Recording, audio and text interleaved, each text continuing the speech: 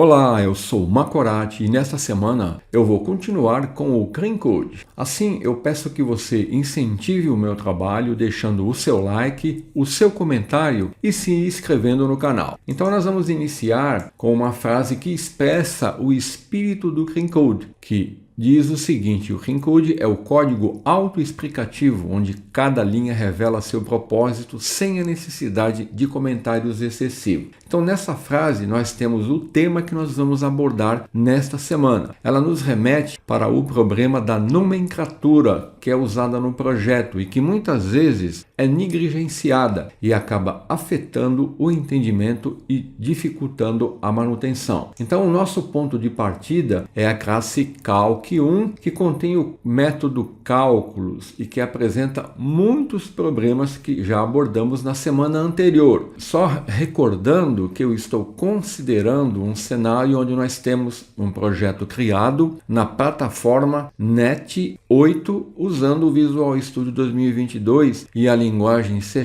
na versão 12. Então nós temos aqui, como nós já vimos, um código que cheira, um código ruim, que funciona, mas que é difícil de gerenciar. E um dos problemas desse código é justamente a nomenclatura usada no projeto para definir os nomes das classes, dos métodos, das variáveis, dos parâmetros. Então nós vamos atacar esse problema, a nomenclatura usada aqui no código. Antes de iniciar, eu quero lembrar que não existe uma fórmula mágica ou manual universal para definir regras de nomenclatura. O que realmente importa é a clareza, consistência e praticidade na comunicação do seu código. As recomendações da comunidade .NET, elas são valiosas como ponto de partida e fornecem um guia para a criação de nomes descritivos fáceis de entender e que seguem padrões reconhecidos. Então nós vamos encontrar recomendações. A própria Microsoft possui uma documentação com recomendações de nomenclatura que são muito valiosas, mas elas são o ponto de partida. Então, o bom senso e a adaptação ao contexto do projeto são essenciais. Então, a nomenclatura ela deve facilitar a compreensão do código por todos os membros da equipe, especialmente em projetos com múltiplos desenvolvedores. Então você sempre deve levar em conta o projeto e a equipe e sempre deve respeitar o que for definido como regra de nomenclatura pela equipe. Então, eu vou falar a seguir um pouco sobre ferramentas de suporte que você vai poder usar para te ajudar a identificar os problemas de nomenclatura, violações de estilo, práticas de codificação segura, problemas de desempenho, dentre outros. Nós temos já integrada ao Visual Studio as ferramentas conhecidas como os analyzers ou os analisadores. Esses analisadores são ferramentas que te ajudam a garantir a qualidade do código. Eles vão verificar automaticamente se o seu código segue certos padrões e melhores práticas que fornecem sugestões, avisos e erros diretamente lá no editor de código do Visual Studio. Então nós temos a ferramenta Microsoft Code Analysis C# Net Analyzers e o Microsoft Code Analysis Net Analysis, que são pacotes de analisadores que fazem parte dos analisadores da plataforma .NET e vão fornecer uma ampla gama de análises que vão te ajudar a melhorar a qualidade do código. Então eu vou abrir aqui o nosso projeto, olha, se eu verificar aqui na minha solution, olha, aqui no projeto, eu tenho aqui a pasta dependencies e aqui dentro eu tenho os analyzers, olha. Então esses pacotes aqui são analisadores que vão te ajudar a fazer essa verificação, te alertando, né, sobre violações que ocorrem no seu código. Aqui, por exemplo, no nosso código, olha, eu tenho aqui um alerta do analisador, indicando aqui ó, um código IDE 1006. Ele está falando aqui ó, que está ocorrendo uma violação da regra de nome aqui para essa classe. Então ó, as palavras precisam iniciar com uppercase. Ele já te dá uma dica. Aqui, ó, o analisador já me emite dois alertas. O alerta de violação da regra de nomenclatura para o nome do método, que tem que iniciar com caixa alta, ou seja, maiúscula. E está me indicando também que esse método ele não contém acesso a nenhuma dado de instância e pode ser marcado como estático. Então, o analisador integrado à plataforma .NET já te procura indicar violações que o teu código contém, e isso vai te ajudar. Além disso, nós temos também, outras ferramentas que nós podemos integrar ao nosso projeto. Por exemplo, nós temos o StyleCop Analyzers, que é um conjunto de analisadores que aplicam as regras de estilo de código do StyleCop, que é um popular conjunto de regras de estilo para C#. Então ele vai verificar a conformidade com uma variedade de convenções de estilo de código, como nomenclatura, formatação, documentação, etc. Outra ferramenta é o Sonar Analyzer C#, que é uma ferramenta de análise estática de código, que faz parte do conjunto de ferramentas oferecidas pelo SonarQube e SonarCloud. Então ele é projetado para analisar o código C# e detectar problemas relacionados a bugs, vulnerabilidades, código cheiroso, cobertura de teste e padrões de design. Então, essas ferramentas, elas vão te ajudar a manter o código com uma boa qualidade, se você seguir os alertas e fazer as correções. Então, não é o nosso objetivo aqui mostrar como usar essas ferramentas. Então, eu vou prosseguir apresentando um resumo das recomendações de nomenclatura. Mas é importante você conhecer e saber que existem os analisadores integrados à plataforma .NET e que você pode também utilizar diversas ferramentas para te ajudar nesse trabalho, nessa tarefa. Então agora eu vou apresentar um resumo de regras de nomenclatura que são mais utilizadas pela comunidade .NET e que eu vou usar para limpar o código sujo. Eu vou iniciar com os identificadores. Então um identificador, ele é um nome atribuído a um tipo, como classe, interface, struct, record, delegate ou enum, membro, propriedade, variável ou namespace. Então, para nomear identificadores, nós devemos usar nomes significativos e descritivos que permitam inferir o propósito do identificador que é utilizado. Então, por exemplo, aqui eu tenho alguns nomes significativos, cliente, nome cliente, valor total, calcular total pedido, código do produto, valor principal, taxa de juros poupança, código, ID, etc. Então, nós devemos evitar nomes abreviados que são muito genéricos e que não são descritivos. Vou citar alguns aqui, ASI, val, temp, XY, processo é muito genérico, data, calc. E temos que procurar evitar criar identificadores usando o mesmo nome e alternando o uso de maiúsculas e minúsculas. Você sempre deve lembrar que a linguagem C#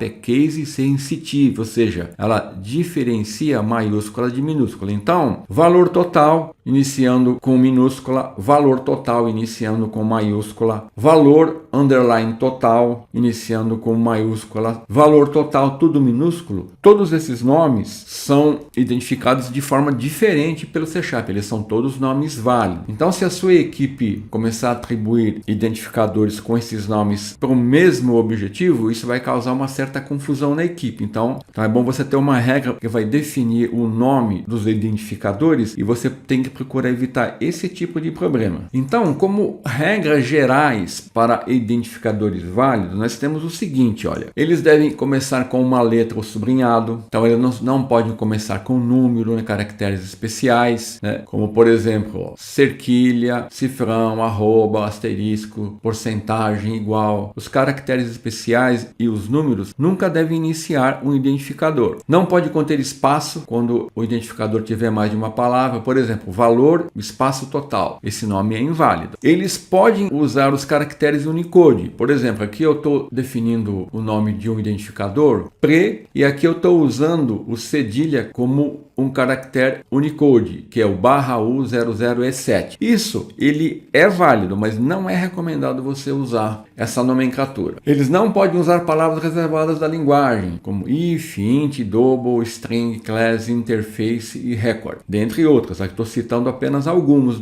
das palavras reservadas. A linguagem tem diversas outras palavras. Então você não pode usar palavras que a linguagem reserva para si. E eles não podem exceder 502 caracteres. Então, um nome muito extenso de um identificador, seja para método, classe, ele vai te dar problemas. Então eu vou mostrar aqui alguns exemplos de identificadores válidos, como por exemplo, int idade é válido, ou int idade, o número no final é válido. Ele não pode iniciar o identificador. String, underline imposto também é válido. O sublinhado pode iniciar o identificador. Valor total, né, iniciando com minúscula. Aqui eu tenho o caso que você pode usar, mas não é recomendado. Eu estou definindo o identificador preço, usando o caractere Unicode aqui. Isso aqui não é recomendado. Agora, identificadores inválidos, int idade, iniciando com número, string imposto, iniciando com cifrão, float valor total com espaço, decimal class, usando uma palavra reservada da linguagem. Então, são exemplos de identificadores inválidos. E além dessas regras, nós temos algumas convenções que são usadas para identificadores com mais de uma palavra. Então, a primeira convenção que é utilizada no C#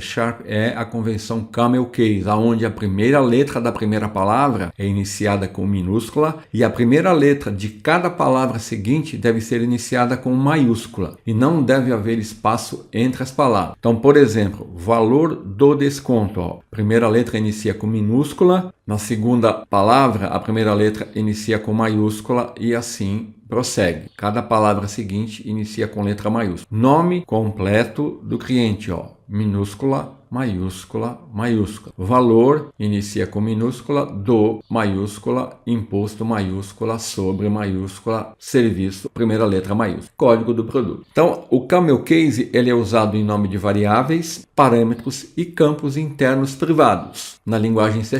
A outra convenção é a convenção Pascal case, onde a primeira letra de cada palavra é iniciada com maiúscula e não deve haver espaço entre as palavras. Então, por exemplo, valor total inicia com maiúscula, a primeira palavra, total, inicia com maiúscula. Aqui eu tenho um exemplo onde eu estou definindo o nome de uma interface. Então, ela começa com a letra I, porque é uma regra geral que na plataforma .NET as interfaces iniciam com a letra I. E aí seguem o Pascal case. Categorias, primeira palavra maiúscula, repository, primeira palavra maiúscula. Cálculo, desconto, maiúscula, maiúscula. Então, o Pascal case ele é usado em nome de classes, métodos, interfaces, que eu mostrei o exemplo aqui, e propriedades. Usam Pascal case. Agora, além dessas convenções, nós temos que, para constantes, nós devemos usar todas as letras em maiúscula, separando as palavras com sublinhado. Por exemplo, pi é uma constante valor, sublinhado, desconto, imposto, sublinhado,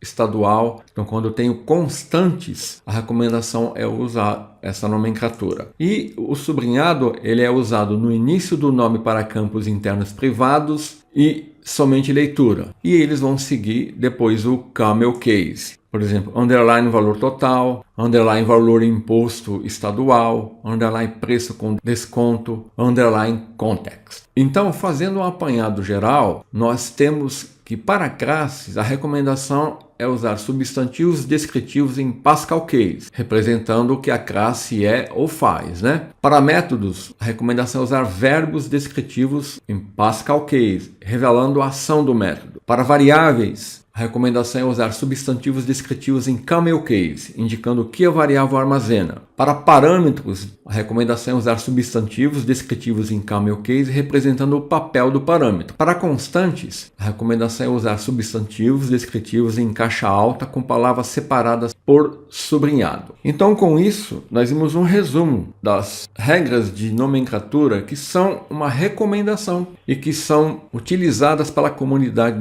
.NET na plataforma .NET usando a linguagem C#. Então agora nós vamos aplicar ao nosso código essas regras, procurando dar nomes significativos e descritivos de forma a tornar claro o propósito dos identificadores que foram usados no código. Então eu vou abrir aqui o nosso projeto no Visual Studio 2022 e vou iniciar aqui com o nome da classe. Aqui eu vou usar a regra onde nós vamos aplicar aqui um nome descritivo que representa o que a classe faz e que usa a convenção Pascal case. Eu creio que um nome que caiba aqui seria calculadora de desconto. Essa classe é uma classe calculadora de desconto. Para o método cálculos, vamos seguir a mesma lógica, usando a convenção Pascal-Case, e o nome deve revelar o que o método faz. Esse método aqui, ele calcula o desconto. Então definimos o nome para a classe, para o método. Agora vejamos os nomes para os parâmetros usados no método calcular desconto. Temos aqui os parâmetros val, type e anos.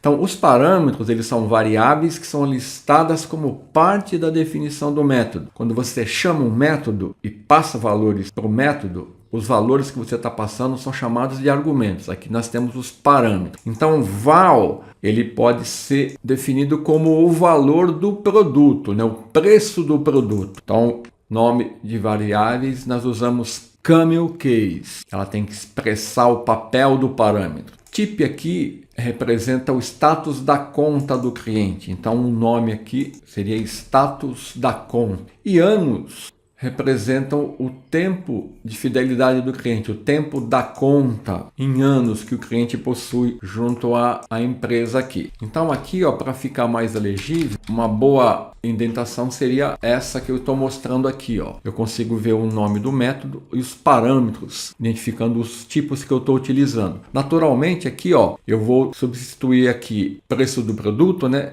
Em val, status da conta em type e tempo de conta em anos aqui. Então vamos iniciar por anos aqui. Então anos eu vou vir aqui e vou substituir por tempo de conta em anos. E vou mandar ele substituir tudo aqui. A seguir eu vou substituir type aqui, que é o status da conta, né? Então eu vou pegar o status da conta aqui, vou vir em type, vou mandar ele substituir aqui, status da conta. Vamos remover isso aqui, Val aqui é o preço do produto. Então, val aqui eu vou substituir por preço do produto. Pronto. Agora, vamos à definição dos nomes das variáveis. Eu tenho aqui a variável res, que representa o resultado do cálculo. Então, eu estou calculando o preço do produto aplicando o desconto. Então, o resultado, eu posso representá-lo com o nome de preço depois do desconto. Então, em res aqui, eu já vou substituir, né? Preço depois do desconto. E a última variável, então aqui, eu segui o camel case, né? E estou indicando aqui o que ela vai armazenar. Essa variável vai armazenar o preço depois que eu aplicar o desconto. E a última variável é desk, que representa o percentual do desconto por fidelidade. Então, esse desk aqui eu estou definindo um percentual que eu vou aplicar ao desconto. Então, o nome aqui sugestivo seria percentual do desconto por fidelidade. Então, eu vou substituir aqui, nesse desk, percentual do desconto por fidelidade. Pronto. Então já ajustamos os nomes, dando nomes mais significativos para a classe, para o método, para os parâmetros, para as variáveis. Aqui vamos ajustar a indentação usada aqui, para ficar mais legível o código. Estou ajustando a indentação aqui, Então aqui eu vou passar isso aqui, ele está subtraindo, está multiplicando. Mesma coisa aqui, subtraindo, depois está multiplicando. E aqui ele está subtraindo e está multiplicando. Então, no primeiro estágio, o nosso código, após os ajustes da nomenclatura, ficou com essa indentação e os nomes definidos para os identificadores aqui, do nome da classe, do nome do método, dos parâmetros e das variáveis, agora foi ajustado e nós podemos perceber aqui, que nós tivemos uma melhoria na legibilidade aqui do código da nossa classe. Então, olha, agora fica muito mais fácil eu lendo o código entender, né, o que essa classe faz, o que esse método vai fazer, os parâmetros aqui, o que é val, é preço do produto, status da conta, tempo da conta em anos. Então, eu consigo entender que aqui, eu vou retornar o preço depois do desconto, que aqui eu tenho um percentual do desconto por fidelidade e aqui que eu tenho o cálculo do desconto, né, com base no status da conta. Olha. Então, nós podemos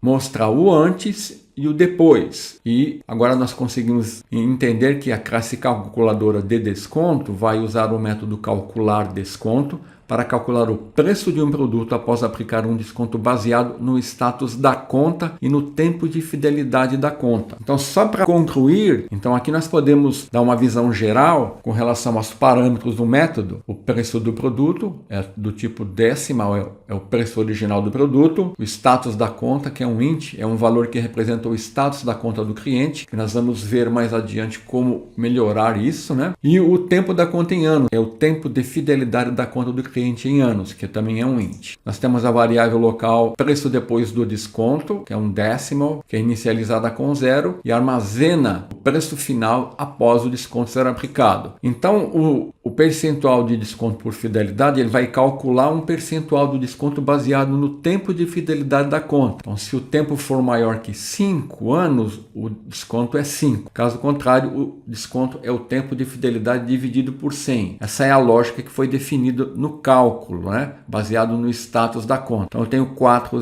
status, né? O primeiro status, nenhum desconto é aplicado, então o preço final é igual ao original do produto. O status 2, eu tenho um desconto de 10% e a seguir, um desconto adicional baseado na fidelidade, que é aplicado ao preço já descontado. O status 3 é um desconto de 30%, depois o desconto adicional, baseado na fidelidade do cliente, e o status 4, um desconto de 50%, que é aplicado ao preço original. Então, essa é a lógica definida neste cálculo. Então, nós concluímos assim a primeira etapa da aplicação das regras seguindo o Clean Code, focando aqui no quesito nomenclatura. Nós temos ainda muito trabalho para deixar esse código limpo. Então, até a próxima semana, se Deus quiser.